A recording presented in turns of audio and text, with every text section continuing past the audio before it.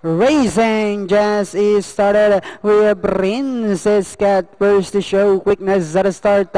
Down on the inside, exotic flavor rushing upon the outside is Talaga. Then comes Milady's Lane, Aquarius comes next, City Girl, Diamond Lover. Then next online is Magayonon, while Miss Magic Land is the early trailer by about 10 lengths of the leader. And as they swing down the back, we have Talaga now takes command by about 2 lengths. Exotic Labor in second. Princess Cat is racing in third. Then on the inside comes Aquarius. Alongside fifth comes City Girl, Miss Magic Land.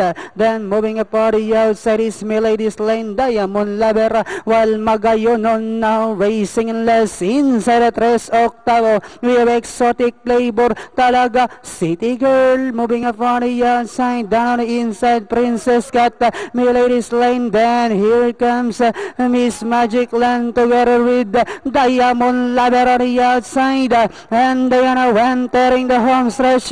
Exotic Labor by about half length, and on the outside second is City Girl. Diamond Lover moving up on the outside with about 150 meters more to run with Exotic Labor, followed now by City Girl. Diamond Lover is on the outside. Exotic Labor, Diamond Lover moves up, and finally Diamond Lover, Exotic Labor, Miss Magic Land, City Girl. Then comes Milady's Lane.